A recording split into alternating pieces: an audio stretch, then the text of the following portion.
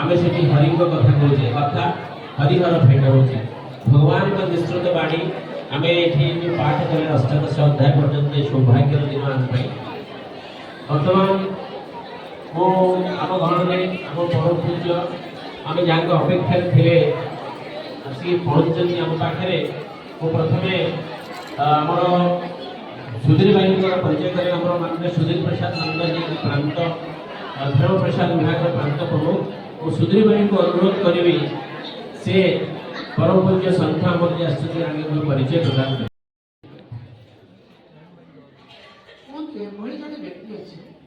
कर जीवन समस्या जड़े व्यक्ति को ना कहते जहाँ जीवन में समस्या नहीं कौन व्यक्ति का देखते यह केवल संभवपर हुई ना कि जदि वास्तव में समस्या सहित आम अंगांगी भाव जड़ित आम जीवन में समस्या आसब ही आसब आम कौन करवा दरकार समस्या ठाऊ दूरे जावा दरकार ना समस्या को समाधान कर शिखा दरकार आम समाधान कर शिखा दरकार किंतु वास्तव में आम कौन कर आम समस्या को समाधान कर ना समस्या ठाऊ दूरे जावा चेष्टा कर सब बड़े आम कौन कर ना समस्या को समाधान न करी समस्या ठारू दूरे जावाई चेष्टा कर देखो आमर भगवत गीता जो मुझे आसुली गीता सुविधा कर्तव्या अन्य शास्त्र विस्तरी जो एक कथा चलता बस पहुंचे यदि वास्तव में जड़े भगवत गीता को संपूर्ण भाव में बुझा चेष्टा कर अन्य शास्त्र कौन आवश्यकता अच्छे अर्थात भगवत गीता है मोक्ष शास्त्र जिते भगवत गीता है मोक्ष शास्त्र मु जानी तो मरीगला मत मोक्ष मिल कि न मिल मन रखु ए कथा को अति गुरुतर सहित मरीगला मत मोक्ष मिल कि न मिल किंतु मु बंचित बेले मत मुक्ति दरकार मन ना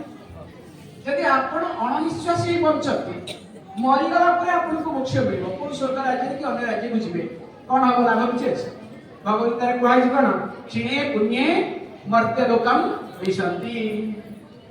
पुणी आप फेरी आस व्यस्त हमें तेणु स्वर्ग सुख होची किछि दिन तेणु सब बड़ कथा हूँ चाहूँगी मुक्ति अन्य मान ठारू नुहे मु मो ठारू मुक्ति चाहूँगी मो परिवार ठारू मुक्ति मु चाहूनी मु वास्तव में चाहूँगी मो समस्या ठारू मुक्ति वास्तव भगवत गीतार सारांश संक्षेप में कहने चाहूँगी आम मान इच्छा कौन जार गोटे घर थी दीटा घर गोटे गाड़ी थे दीटा गाड़ी ना कौन या ना कौन भल घरे पुओ झील को बाहर कर अर्जुन वास्तवता था कौन नहीं अर्जुन किए से बैकग्राउंड देखु केवल से जड़े युवराज नथिले से कौन थे ना नारायण सखा थे आठ बड़ कथा कौन अच्छी आम चाहूँ जीवन में थे नारायण को दर्शन करने यदि आम आखि के पवित्र हो जाता खाली दर्शन टे करेंगे किंतु अर्जुन पाखे नारायण सब सदा सर्वदा पाखे थे एमती युद्ध समय केवल से नुहे बापा किए थे इंद्र आम मरीगला स्वर्ग को सी बंची समय स्वर्ग को जाते देखो बैकग्राउंड देखो अर्थ आम जहाँ चिंता कर स्वप्न भावी पार ना ताहा अर्जुन वास्तवता थिला सब दृष्टि पड़ू यह सत्वे अर्जुन समस्या दे गति करते ना विशेषकर युद्ध क्षेत्र में भगवत गीता आसी अर्थ जब अर्जुन भली नर जदि समस्यार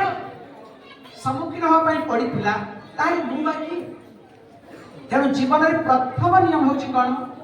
ना जिते आपण जीवन में समस्या आसूची यह एक साधारण घटना करी भावी व्यतिव्यस्त हमार आवश्यकता नहीं।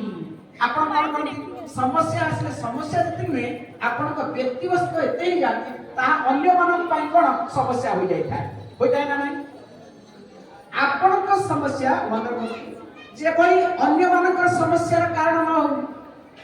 आपण को व्यतिव्यस्तता जे भई अन्य मानकर समस्यार कारण न हो सेति प्रति प्रत्येक व्यक्ति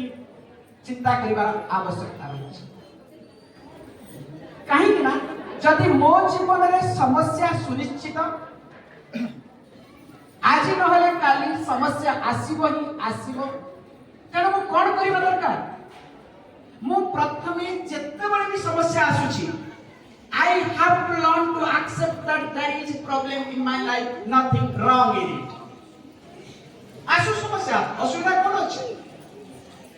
किंतु मु कोन करिबा दरकार मु समस्या को सामना करि सिखिबार आवश्यकता रही।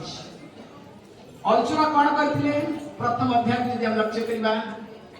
विशेष करे आमे माने मध्ये शेयर करथौ व्यस्त होतुनी आमे कोन करथौ